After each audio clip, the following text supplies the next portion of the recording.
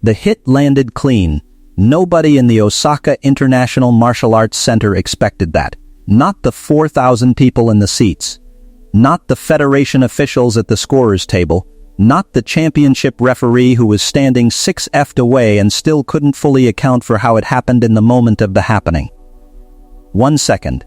Bruce Lee was standing in the center of the competition platform receiving what should have been a routine award presentation. And the next second, the woman across from him had closed distance faster than the distance should have allowed, and her right palm strike had connected with his left shoulder hard enough that the sound of it reached the third row. Bruce moved back half a step. The Osaka hall went completely silent. And then, in the 4 seconds that followed, something happened that 3 separate martial arts instructors sitting in the front rows would spend the next 30 years trying to describe accurately and never quite managed to. Let's go back 20 minutes. Because the hit didn't come from nowhere. And understanding how it landed is the only way to understand what came after it. The Osaka International Martial Arts Center on a Saturday championship night in April 1972 carries a specific atmosphere that is different from most large sporting venues. The crowd is not there for entertainment in the passive sense. These are people who have trained for years, who come to championship events the way serious musicians go to concerts to hear something they understand deeply performed at the highest level it can be performed at. 4,000 of them, every seat full. The kind of crowd that produces real applause for genuine technique and real silence for real drama, neither of which can be faked with this audience. The championship that evening was the All Japan Women's Karate Open, which despite its name drew serious competitors from across Asia, and had, in its 6 years of existence, established a reputation for the quality of its final brackets. The Women's Open division produced consistently excellent competition, and tonight was no exception. The woman who won the championship that night had come through 4 matches in the course of the evening and had made each of them look different from the others, which was its own kind of excellence. Not the same solution applied 4 times. 4 different problems read and answered specifically. Her name was Aiko Yamashita.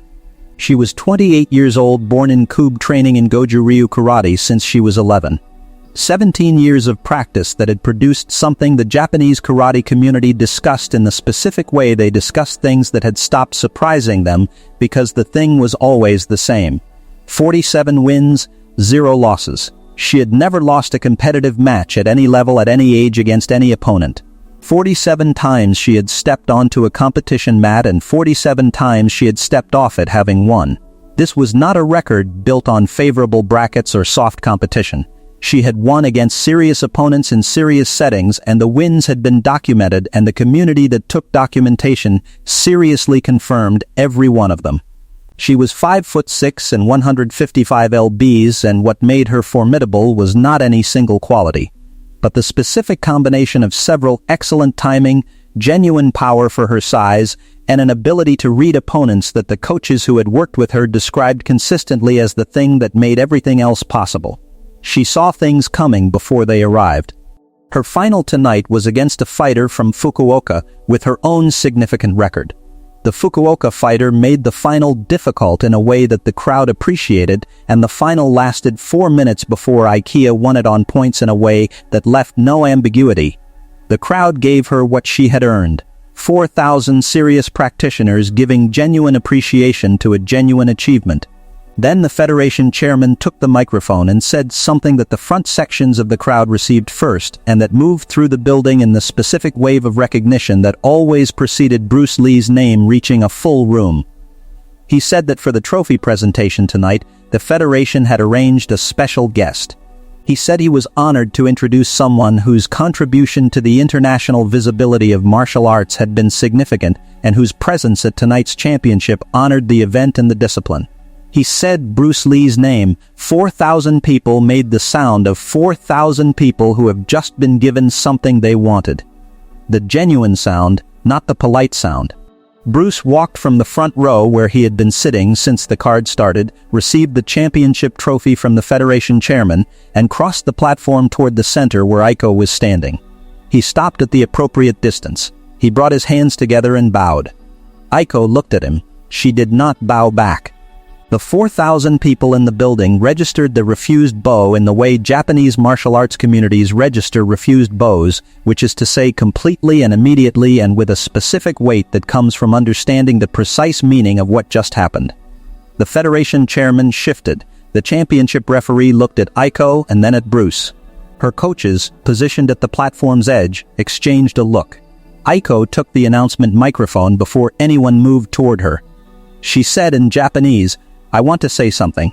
She said it in English too clearly because she had prepared this and wanted it understood without waiting for translation. She said, "I have trained for 17 years. I have won 47 competitive matches without a single loss. I have given this discipline everything I have every day without exception. Tonight I won the championship of this event in front of everyone here." She paused. She said, "The organization presenting my trophy chose a Hollywood film actor to present it.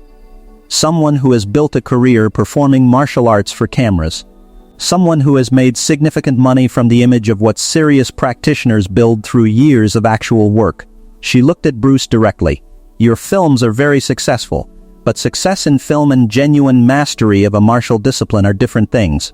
I have not spent 17 years to stand here and receive my trophy from someone whose relationship to this discipline is primarily commercial." She said, "I will not bow to a film performance, and I will not accept this trophy from you. Subscribe right now because what Bruce says next, and what happens 30 seconds after he says it, is the moment that gives this video its title." 4,000 people were very still. Bruce stood on the platform holding the trophy. He looked at Aiko with the quality of attention that was his most consistent feature in any context, complete and patient, and reading what was actually in front of him rather than what the surface of it presented. He said, "May I respond?" She gestured toward the microphone. The gesture said yes in a tone that said, "Go ahead and show me it's worth responding to." He said, "I started training when I was 13. I studied under Ip Man. I have spent the last 19 years developing and teaching a martial arts system that I call Jet Kundo, and I currently have students across 2 countries who train in it seriously every day. What you see in my films is real technique. The camera shows it. It does not create it." He paused. "I am a martial artist who has also made films. The order of those 2 things matters. It has always mattered." Aiko said, "That's what every performer says," Bruce said. "And what every genuine practitioner says. The claim sounds identical either way. The only way to tell the difference is to test it." She said, "Then let's test it." The platform erupted, not from violence, from 4,000 people understanding simultaneously what was being proposed and producing the sound that understanding generates when it arrives all at once. The Federation chairman was moving. 2 officials were on their feet. Aiko's head coach had come through the platform ropes. Bruce said to all of them, "It's all right."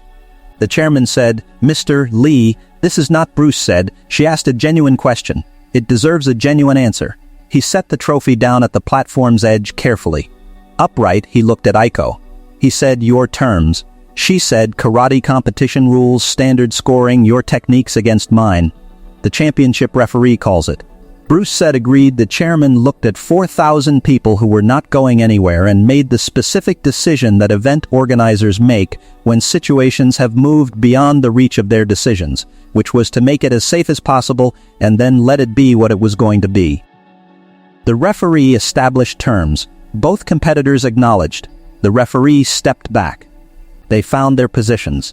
Aiko in her Goju Ryu stance, 17 years of practice expressed in how she carried her weight and her hands and her attention, everything precise and specific and built from daily work over a long time. Bruce standing the way Bruce stood, the non-stance that was a stance, the balanced readiness that looked like nothing particular and was something very specific. The referee indicated they could begin. What happened in the next 3 seconds is what the rest of this story is about. Aiko moved first. She came forward with a front kick, fast and technically correct, aimed at reading Bruce's movement pattern from his first response. Bruce's body shifted. Not much. The kick passed through the space his center had been occupying, and his right hand came up and touched her extending shin as it passed. A point contact, brief and specific. The referee called a point. Aiko recovered and came back immediately with a reverse punch. No hesitation. the speed of someone who has thrown this technique 10,000 times. The reverse punch was thrown with the full rotation that Goju Ryu built into it, carrying genuine power. Bruce slipped it to his left. The punch passed beside his face. His left hand came forward and touched her extended shoulder. Second point, the platform had gone from 4,000 people making considerable noise to 4,000 people making very little. Not because nothing was happening, because what was happening required full attention to follow. I reset. She was not rattled. She was too experienced to be rattled. She was incorporating the two exchanges had given her information, and she was using it to change her approach, which was what serious competitors did. She came with a combination jab to cross to front kick, 3 connected elements, each one setting up the next. And then she did something that nobody else in this story had done, and that the front rows would still be talking about afterward. She varied the timing between the jab and the cross by exactly half a second. A deliberate break in the rhythm that was designed to make the cross arrive when the defensive response to the jab was still completing. It was excellent technique. Genuinely excellent, the kind that took years to build because it required understanding not just how to throw, but how opponents responded, and how to use that response. The jab arrived, and Bruce moved to slip it. The cross arrived half a second later than the usual combination timing, which meant it arrived while Bruce's slipping motion was still in progress. While his weight was slightly committed to the direction of the slip, it landed. Right palm strike, Bruce's left shoulder, hard enough for the sound to carry to the third row. Bruce moved back half a step. The Osaka hall went completely silent. 4,000 serious martial arts practitioners watching one of the most famous fighters in the world get hit cleanly and move back half a step. And then Bruce smiled. Not performed, not managing how it looked. The genuine small smile of someone who has just received specific and valuable information. He looked at Aiko. He said, "That was real." She looked at him. Her expression had moved from the focused intensity of competition into something more complicated. A serious practitioner. Recognizing that the acknowledgement she had just received meant something specific. She said, "Yes, look," he said, the half-second break in the combination. "You built that specifically." She said yes. He said, "It's the best technique I faced in a long time." She looked at him for a moment. Then she came again. This time he was ready for the timing variation. He had felt it once and filed it. And now he knew what to look for. The jab arrived and he moved for it. And when the cross came half a second later, he had already accounted for the break, already positioned for the timing she was going to use. His left hand redirected the cross at the forearm, and from that position his right palm found her sternum, and he stepped forward and guided her backward with her own momentum, and she sat down, not hard, not violently. She sat down, because the geometry of the situation resolved in that direction. She was on her feet in 2 seconds. She was on her feet with the controlled urgency of someone who has never sat down on a competition mat before and is not processing it the way she expected to process new experiences. She came again. He moved and she found nothing. And came again. And he moved and she found nothing. And the pattern established itself with a quality that the front rose. Serious practitioners who understood what they were watching began to recognize as something they had not seen before. Not the evasion of someone retreating, but the constant repositioning of someone who was always somewhere other than where the attack expected him. She tried the timing variation again. He read the hip loading that preceded the jab and was already adjusting for the cross when the jab hadn't fully arrived yet. His left hand found her lead wrist as the cross came and redirected it, and she stumbled past him and his right hand touched the back of her shoulder. She turned and he was already somewhere else. The crowd had been building towards something that had not yet arrived and was now very close. Aiko stopped. She stood in the center of the platform and looked at Bruce, who was standing 8 feet away with his hands at his sides and his breathing not significantly altered from when the exchange began. She said, "I can't find you." He said no. She said, "I vary the timing and you still read it." He said, "The hip loads the same way. Regardless of the timing variation, the variation is in the arm. The hip preparation is consistent." She looked at her own hip. She said, "I've trained for 17 years. He said, "The hip loading is built that deep. It's not a flaw, it's where the power comes from, it's just also where the information is. She was quiet for a moment. She came again and he moved, and she came again and he moved, and each time the exchange produced the same result. Her technique finding nothing, and his hand finding her at a point of contact that communicated clearly what was available from that position. She went down 3 more times. Each time she got up immediately. Each time she came back with the controlled purpose of someone who was not accepting the result they were getting. Aiko came off the platform and went after him from behind. Like this video right now. The next to 60 seconds are the most dramatic 60 seconds this platform has ever seen. Bruce had started moving toward the platform's edge when Aiko came off it after him. Not through the steps. Off it. Dropping down from the platform surface with the controlled urgency of someone who has decided the exchange is not finished. Regardless of what the referee has called, her coaches reached for her. She went around them. The security staff at the platform corners were in motion. She reached Bruce before any of them reached her, and her hand closed on his shoulder from behind and pulled. He turned with the pull rather than against it. And as he turned, his right forearm intercepted her reaching arm at the elbow. And the turn continued, and she found herself in a position her training had not prepared her for, because the turn had converted her pull into a direction her balance couldn't follow. She went down on the platform floor. She came up immediately. The crowd was on its feet, not cheering in any simple sense. The sound of 4,000 people who have been watching something remarkable and are now watching it becomes something else. Something more charged and more uncertain. She came at him again. He redirected her again. She went down again. Her head coach had come through the platform ropes now and was moving toward her. The Federation chairman was speaking into the announcement microphone about competition rules and safety protocols. 2 officials had formed a loose perimeter. She went down a 3rd time and came up a 3rd time. And the 3rd time, Bruce stepped back and put both hands up, not in fighting position, in the position of someone indicating that they are done, that this is finished, that there is nothing left to prove. He looked at her and said, "It's enough." She said, "It's not enough." He said, "For me it is." Her coach reached her then and took her arm and said something urgent in her ear, and this time she let him hold her. Not because she was done, but because something in what he said had found the part of her that was still the serious practitioner underneath the reaction. The part that understood that what was happening had moved past the point where continuing served anything she actually valued. She stood in the platform space with her coach beside her and the officials around her and 4,000 people watching. And she was breathing hard, and her expression was doing the sorting that serious people's expressions do after significant events. Bruce picked up the championship trophy from the platform edge. He crossed to her and held it out. She looked at it. She looked at him. She said, "You got hit." He said, "Yes." She said, "I hit you clean." He said, "You did." The timing variation was genuine. "I hadn't seen that before." She said, "And you smiled." He said, "Because I learned something. That technique is real.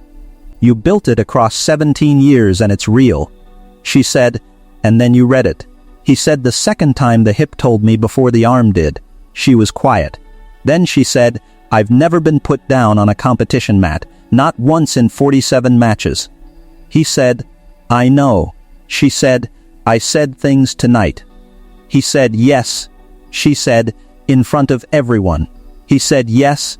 She said something in Japanese to her coach. Her coach answered quietly. She looked at Bruce. She said, "I was wrong." She said it the way she said everything directly and without cushioning it, not performing the admission, making it. She looked at the 4,000 people in the Osaka hall who were watching her. She said in Japanese and then in English, "I made a statement tonight about the man standing next to me. I said he had no standing here. I said his martial arts was commercial rather than real." She paused. "I was wrong. He hit back harder than anything I said." She bowed, the full bow given completely. Bruce returned it. 4,000 people in Osaka responded with the warmest sound of the evening. She took the trophy. Then Aiko's trainer came through the platform ropes. His name was Miyamoto. 62 years old, 20 years coaching Aiko, and 3 decades in karate before that. A serious man, a capable man, someone who had built a significant competitive career before his body stopped being able to do what his mind still understood completely. He came through the ropes, not toward Aiko, but toward Bruce. He was not threatening. But he was moving with the specific purpose of someone who has made a decision and is carrying it out. He stopped 3F from Bruce and said in careful English, "What you did to her. The hip reading, show me." Bruce looked at him. He said, "Right now." Miyamoto said, "She trains tomorrow at 6:00 in the morning. I need to understand what I am correcting before I stand in front of her and try to correct it." He said, "I have been coaching her for 20 years. Nobody has ever found that. I have watched every match she has ever competed in. I have never seen what you just showed me." He said, "Please show me." Bruce looked at Aiko. She was still holding the trophy, watching this exchange with the focused attention. That was simply how she processed things. Bruce said, "Come to the side of the platform." They went to the side of the platform away from the center and the crowd and the officials who were managing the ceremony's conclusion. Miyamoto stood in front of Bruce, and Bruce showed him specifically and completely, walking him through the sequence of Aiko's initiation from the earliest signal forward, showing him what the hip loading looked like and when it appeared in the sequence and what it communicated.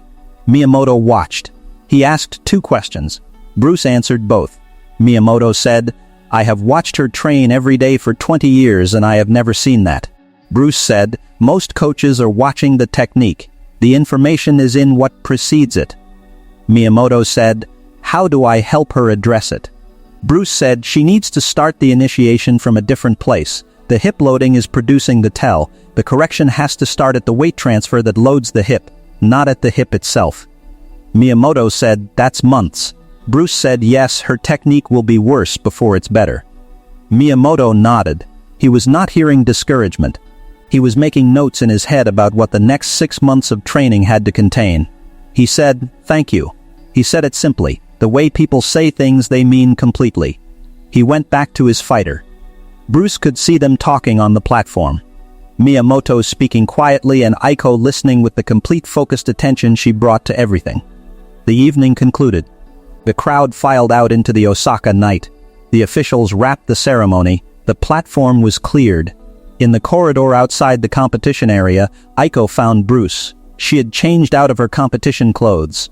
She was carrying the championship trophy under one arm. She said, "The hip loading, the weight transfer that precedes it. Miyamoto told me what you said. He said it's built deep. 17 years deep." She said, "He said, months. He said at minimum. She said my technique will be worse. He said yes before it's better. She said I will do the months. He said I know. She said I came out here to ask you something. He said ask. She said, when I hit you the shoulder strike you moved back half a step. He said, yes, she said. And you smiled. He said, yes, she said, why? He said, because nobody had done that to me in a long time. The timing variation you built was something I hadn't seen. That's worth smiling at. That's worth being grateful for. She looked at him. She said, most people would not be grateful for being hit. He said, most people aren't looking for the thing the hit contains. I'm always looking for that. She was quiet for a moment. She said, what did it contain? He said, it contained the information that you had built a timing variation that was sophisticated enough to find a gap in my reading. That's a real thing. It deserved acknowledgement, she said. And then you read it, he said. The second time, yes, she said. Because the hip was consistent. He said, yes, she said. You smiled when I hit you because you were already working out how to read the second version. He looked at her. He said, yes. She was quiet for another moment. She said, I said you had no standing here. He said, you said what you believed. She said, I believed something incomplete. He said, you updated it publicly. That's harder than what happened on the platform. She said, no, it isn't. He said, for most people it is. She thought about this. She said, come to our training hall before you leave. Osaka, Miyamoto wants to show you something about our combination sequencing. He thinks you'll find it interesting. He said, what time? She said, 6. He said, I'll be there. She bowed. He returned it. She walked toward the exit. He stood in the corridor for a moment. The building was emptying around him. The lights in the competition area were being switched off section by section, the building returning to the quiet it held between events. He thought about the timing variation, about the half-second break between the jab and the cross that had found the gap in his slip, about what it represented. 17 years of deliberate technical development, producing something specifically designed to exploit the gap that appeared when an opponent committed to responding to the first technique. That was real work. That was the kind of thing that only appeared after a long time of serious practice. The ability to build something that subtle and that specific and to deploy it under competition pressure when it was needed. He had gotten hit once. He had smiled. He had read it the second time. He was already thinking about how the principle of timing variation applied to his own system and where he hadn't fully developed it and what the work of developing it would require. He walked toward the exit. The hit was already filed. The principle was already active. The morning training would be different because of tonight. That was what serious exchanges produced, not victories, material for the next day's work. Subscribe if this story was worth your time. Tell me in the comments, what do you think Bruce was thinking in the half step he moved back after getting hit? Not the smile, the half step. I read everyone.